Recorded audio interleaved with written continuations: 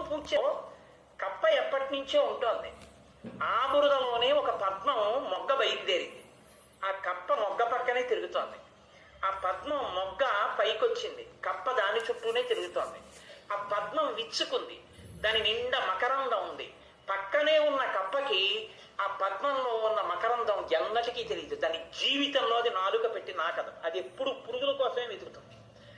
పక్కన ఎక్కడో అరణ్యంలో ఉన్నటువంటి చెట్ల మీద తిరిగే ఒక తుమ్మెద ఇక్కడ పద్మం వికసించింది, తేనె ఉంది అని తెలుసుకుని ఎగురుకుంటూ ఎగురుకుంటూ వచ్చి ఆ పద్మం మీద వాలి అందులో ఉన్న మకరందాన్ని తాగి వెళ్ళిపోతోంది.